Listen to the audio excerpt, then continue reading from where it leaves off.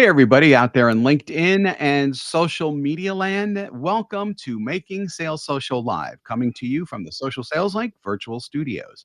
I'm Bob Woods, and I'm joined today by my SSL teammates, Bryn Tillman and Stan Robinson. What's up, guys? Hello. Hey, Bob, Howdy. how are you, my friend? And hey, Stan, how are you, my friend? Excellent. Thanks. Wonderful. Excellent. I'm Everyone excited to is, talk about today, but can I just, before we jump in, ask Stan to give us like 30 seconds to a minute on Sales Connect because he was at LinkedIn last week, and I just love to hear some of your major takeaways. Sales Connect was phenomenal. Meeting at some of the LinkedIn leadership team was great. Gail Moody Burton, I could go on and on. What they are doing with Sales Navigator, what's already here in terms of AI integration is exciting. What's coming is amazing. Simply amazing. It's going to revolutionize how we find new business. So anyone doing business development will want to see what's happening with Sales Navigator. In short, one of their goals is to take what the best salespeople are doing, the top performers, and scale it to the rest of the sales team, Smart. largely using AI. So So smart. that's what's coming. that Yay. All sounds right. great. Thank you for that. And Bob, back to our normal programming. Yes, back to our normal programming. So, today we're going to be discussing 5 ways for social sellers and salespeople like all of us start conversations on LinkedIn because that's what we are ultimately there about, not to sell directly, but just to get those conversations started so that we can talk to people and then eventually sell if the time is right and if everything is right. So we're going to get right into it. Tip number one is probably the easiest one, and yet a lot of people just don't do that. And that is engaging on their content. So the content that your potential buyers and your leads and whatever other word you want to put into there are sharing. So that one is a really big one because that is a way for you to actually demonstrate your value that you could potentially bring to them just by engaging on their content, because you should do that in a very value based type of way so that you are adding to not only their knowledge on whatever it is that they're posting, but you're also adding knowledge for their first degree connections too, because you may be first degree connection with them, you may not be a first degree connection with them. If you're not a first degree connection with them, then their audience of their first degrees, in other words, your second degrees, gets to see your value as well. So, you're adding value, you're expanding your audience. It's a win-win on several fronts. So I love this. And I want to kind of talk about how do we take that engagement, that content that and create a real conversation, because that's our goal, right? Like we Mhm. want to start conversations. So the conversation is starting here on LinkedIn in that comment. And then what we want to do is take a look at that subject. Maybe it's curated content around a particular subject that they shared. Maybe it's original content. And then I want to go and find other similar content. And there's lots of ways to do this. You can search on LinkedIn based on posts, based on topics. You can search still using hashtags, even though LinkedIn does not do a great job of using hashtags. If they have a hashtag in their content, you can click through and see all other content by that hashtag. And if it's an influencer, maybe they've shared content from Brene Brown or from a great influencer, from someone that's got a lot of content out there. Go find more content. So now we've engaged on their content. We reach back to that, whether they're a first or second degree. If they're a second degree with a connection request, they're a first degree with a message. With thank you so much for sharing that great post on X, Y, and Z. They know you saw it because you commented. I recently came across another piece on a similar topic or from the same influencer or whatever that might be. If you're open, let's connect. I'm happy to send that link to you. Now they connect, we send a link, we ask them their thoughts, we ask them who else they might follow. And then after some back and forth, if you've got really good educational content, resource, not pitch, you might say, hey, I'm not sure if this is of value to you, but we recently posted a checklist on X, Y, and Z. Let me know if you're interested. I'm happy to send that over. And you've had this back and forth now in a normal conversation around content that they clearly care about. And that's how we turn that comment into a conversation. So anything you want to add to that, Stan? That was awesome. The only thing I'll add is sometimes salespeople will say, well, you know, I really can't sell on LinkedIn. And the goal is not to sell on LinkedIn. The goal is to start to build relationships on LinkedIn, which you can then take, when you've earned the right to do it, off of LinkedIn. So your goal is not to stay on LinkedIn. The goal is just to use it to build relationships so you can take the conversation to email, etc. Awesome. I love Perfectly put. Perfectly put. Let's get to number 2, and we've been talking about this quite a bit lately, but I think that it's important because so number 2 is ask them to vote on a poll. So this is important because mainly because the whole, shiny new thing that people got when polls first started is now gone, and people are, seems to me, at least from the polls that I'm seeing, are posting very good polls that are really trying to dig for intelligence, for analysis, whatever you want to say. So, just posting a poll is one thing. Asking them takes it to the next step because you are going to actually be sending requests to these people who you want to get a conversation start with and asking them to vote on a poll that you have published. So, in other words, you're not leaving it up to the algorithm to serve that poll to them when they're scrolling through their feeds. You're actually getting them, hopefully, to be interested enough to vote on that poll via a direct message that you send them. And then when they do vote on that, you can also engage after the poll is finished, which is also very important because that's another opportunity to potentially start conversations, is based on the results of a poll. So it's not just the poll that you're looking to do. You're looking to get in contact before and you're looking to get in contact after.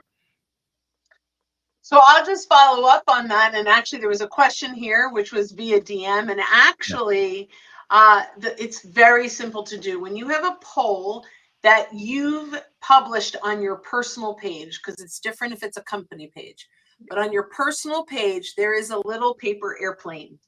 And when you click on that paper airplane, it will open up to all of your first degree connections.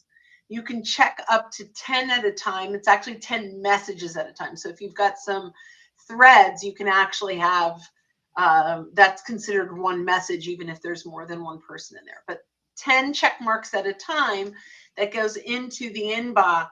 And there's a little message that you can put. And by the way, you want to keep this separated. You can share all at once together, or you separate it. We want to keep it separated. Otherwise, it feels like spam. And we want to put a little note that says, Stan recently published a LinkedIn post, and as a sales navigator expert, a LinkedIn poll.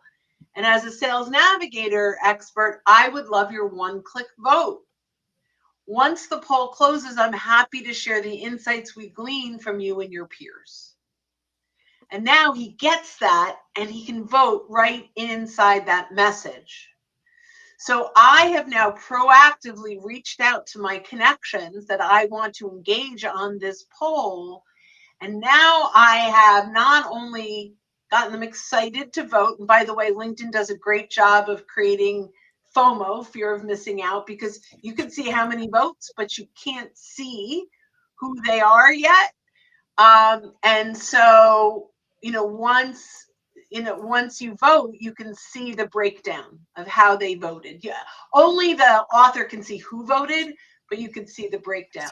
So those polls are really important. Stan, when do you research folks before? How do you find the people that you want to get to vote on the poll? So I'm looking for people who are relevant to the topic of the poll and for whom the topic of the poll will resonate, and Mhm. who have, as you mentioned, some expertise to contribute to the poll, so that when we reach out to invite them to vote on the poll, it's a compliment to them because we're asking for their professional opinion. We're saying our audience would love, to see how you vote on this poll because you're an expert in this area. So I love that. I'm going to take that one step beyond, which is going to touch on number 5. So I'm jumping ahead, but I think based on what you just said is really important. Once that poll closes, if you're going to create maybe a report from that poll, you might reach out to those particular experts to get a quote to include in that report. And that's the bridge now from poll to conversation. That's great. All right, That's Bob, great. number 3, my friend. Number 3, and I think we're gonna go with Stan immediately after this one, is ask for introductions from shared connections, which, you know, LinkedIn is about networking.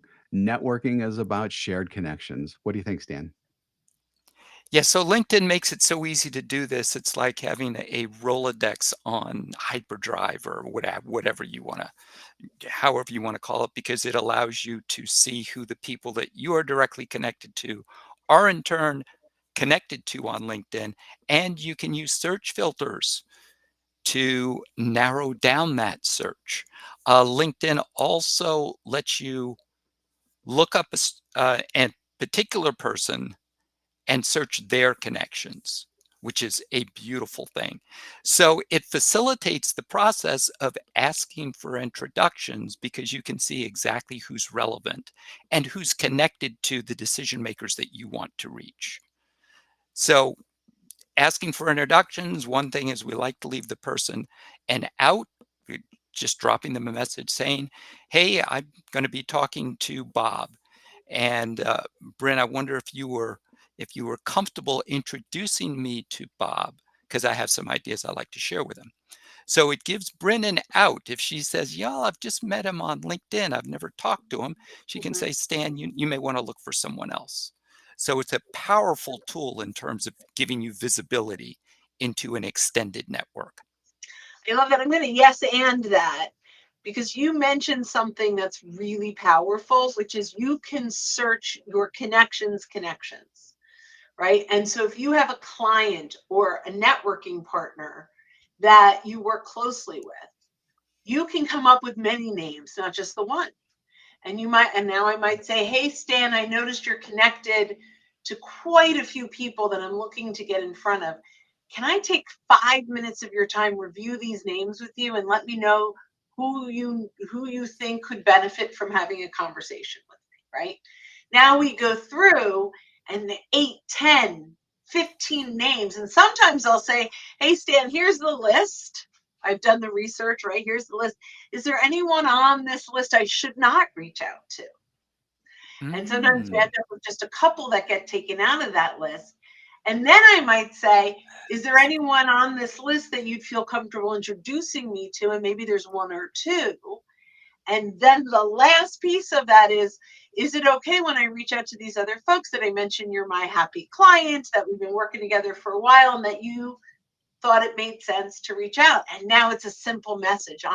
You make the couple of introductions, and all the others I reach out and I go, hey, Bob, Stan Robinson and I were chatting the other day. Your name came up in conversation. He says, hello. I've been working with him for the last 2 years on X, Y, and Z, and he thought it might make sense for us to connect. I might be able to bring some value around A, B, and C. And now we connect. And I'm going to assume the call. Bob, thanks so much for the connection request. Per Stan's recommendation, I thought maybe I could share a little insights around X, Y, and Z, even if we never work together. I'm sure I'll be able to bring value to the conversation. And all of a sudden, those introductions from your shared connections become the strongest pipeline. So isn't that fun, Stan? It's so fun. So we lost Yes, Todd indeed. for number 4, but I'm okay. I'll introduce it and then toss a little bit. Well, I'll introduce it, tell a story, and then I'll toss it to you because it's sharing Very content. good. Oh, I'll let Bob introduce it. He's back.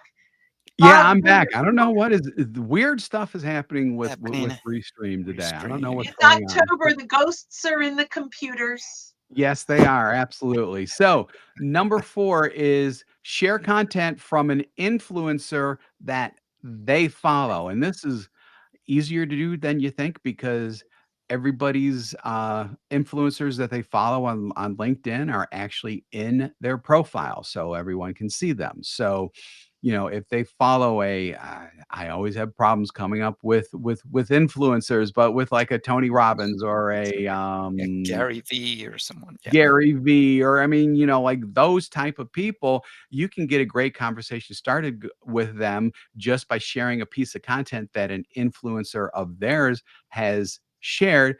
And then you should also always add your value or your opinion as well. You shouldn't just send something off to them and, just kind of let it hang out there. Offer your opinion, offer some added value there, whatever you think might spur a conversation based on what that original piece of content is. I love that. I'm going to throw in something I actually have done that has been incredibly successful. Is Mark Hunter is someone that I know very well, and I'm going to outbound with him. He's speaking, and I'm speaking, and I'm very excited. We'll be in a couple panels together. But he has an enormous following. And we are non-competitors, but we attract the same types of people. So you can go in, and by the way, you can do this in the free LinkedIn. You can go in and look at your first degree connections that follow Mark Hunter, and then you can put in that are, in whatever industries you're interested in or whatever titles you can put down in a Boolean search at the bottom. And I can now start with all of my first degree connections that follow him. So I could go out and find one of his podcasts that he either Sales Logic or Sales Hunter. He does the 2 podcasts, something I really love. And now I can reach out to my first degree connections and say, hey, I noticed we both follow Mark Hunter. I don't know if you recently heard his podcast on, filling your pipeline, but I thought it was fabulous. Let me know if you're interested. I'm happy to send you a link. And you can send that to your first degree connections. Side note, I'm kind of going in the weeds, but I think it's worth it. On the side note, you could send a video message to them and ask them, and you don't have to use their name. It's your first degree connection. You could say, hey, I noticed we both are connected to Mark Hunter, and I just came across this. Let me know if you're interested. I'm happy to send a link. And then you'll be shocked at how many people want that link. Now, we're talking about how do we convert them to conversations? It's pretty simple. Especially if it's an influencer that we're not competing, but we've got some overlapping topics. So clearly you follow Mark because of his brilliant sales abilities. I'm curious if social selling is on your radar because I've got a great ebook that might be of value. Let me know. Right? So these are just ways that we can go from finding an influencer that is attracting the same buyers that we're interested in, but be careful that we are not doing this to competitors. It could be a little seen as icky. So make sure that they're parallel influencers that are attracting the same people, but don't sell the same product or service. Yep. Now let's get to our get to our last one, but a very, very powerful one. And I'm just going to let Bryn run with this as I hand off the ball to her. Prospect by interview. Oh, so fun. So we did touch on this a little bit when we went poll to interview, but I'm going to throw out, there's lots of prospect by interviews. You could do a blog and interview people. You could do podcasts and interview people.